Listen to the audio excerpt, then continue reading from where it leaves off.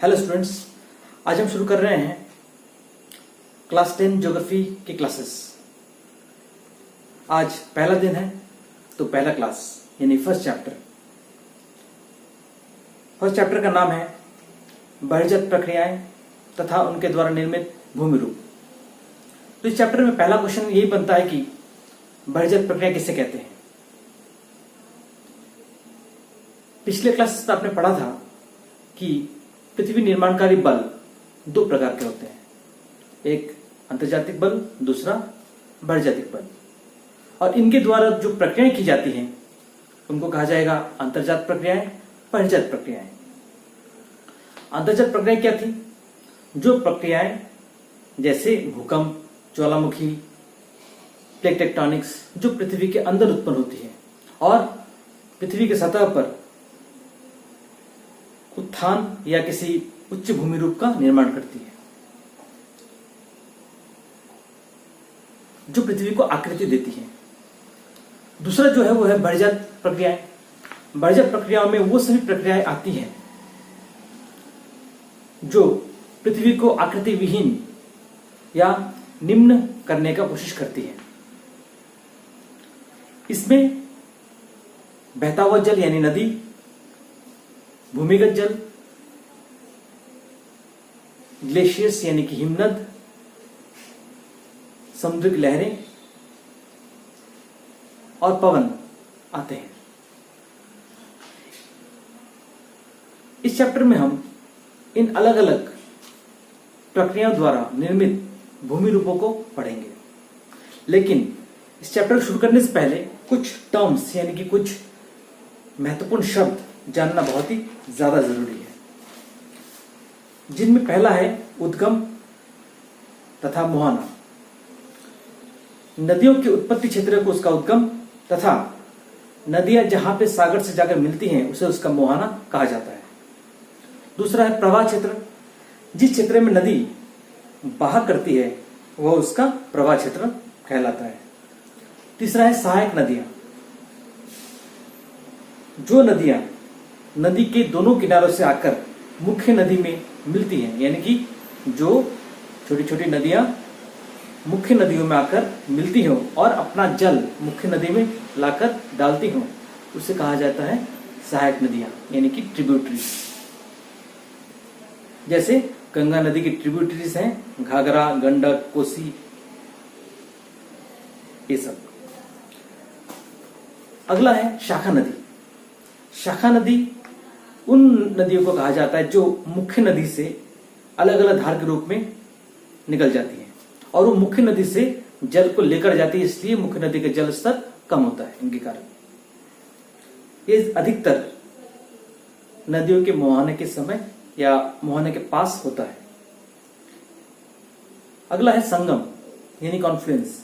जहां भी दो नदियां या दो से ज्यादा नदियां आकर मिलती हों उसे कहा जाता है संगम। जैसे इलाहाबाद का संगम जहां पर गंगा और यमुना आकर मिलती है। अगला है दोआब। दोआब का अर्थ है दो यानी कि टू, दो। अब का अर्थ है नदी यानी कि दो नदियों के बीच की भूमि। दो नदियों के बीच की भूमि को दोआब कहा जाता है।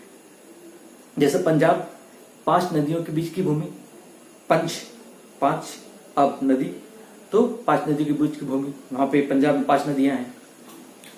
अगला है वाटरशेड या वाटर डिवाइड या जल विभाजक। जो उच्च भूमि दो नदियों को अलग करती है उसे कहा जाता है वाटरशेड या वाटर डिवाइड या जल विभाजक।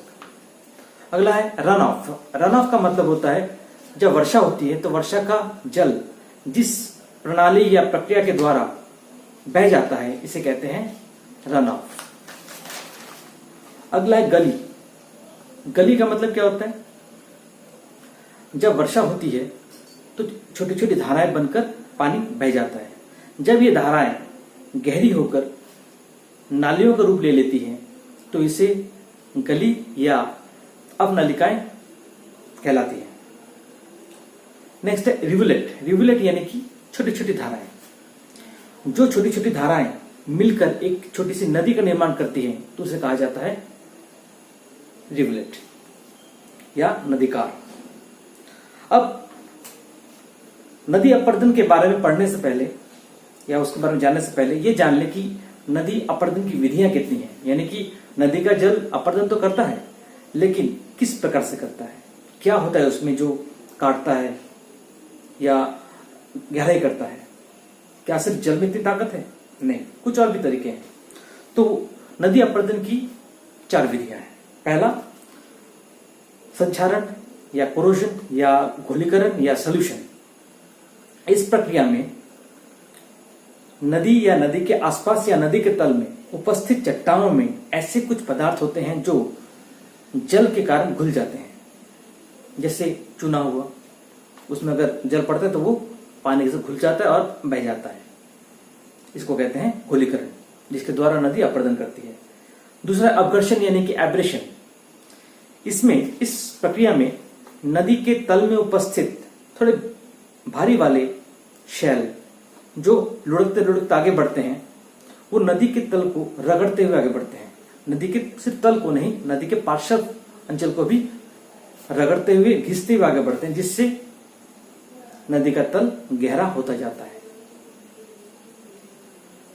तीसरा है सन्निकर्षण यानी कि एट्रिशन। इस प्रक्रिया में नदी में उपस्थित जो शैल नदी के तल को काटते घिसते हैं, वो आपस में भी टकराते हैं। जब नदी में उपस्थित ये शैल या ये छोटे छोटे पत्थर के टुकड़े आपस में टकराकर या आपस में घिसकर अपर्दन करते हैं, तो इसे कहा जाता है सन्निकर्षण या एट्रिशन। ये आपस में एक दूसरे को घिसकर काफी पैना बना देते हैं, जिससे ये और ज्यादा मात्रा में और तेजी से अपर्दन कर सकते हैं। चौथा है जलगति क्रिया यानी कि हाइड्रोलिक एक्शन। इस प्रक्रिया में जल को किसी भी हथियार की आवश्यकता नहीं पड़ती है, अपितु जल के भार के कारण वो जिससे भी टकराता है उसे वो विखंडित कर देता है। इसे कहते हैं हाइड्रोलिक एक्शन। ये जल के भार के कारण संभव है।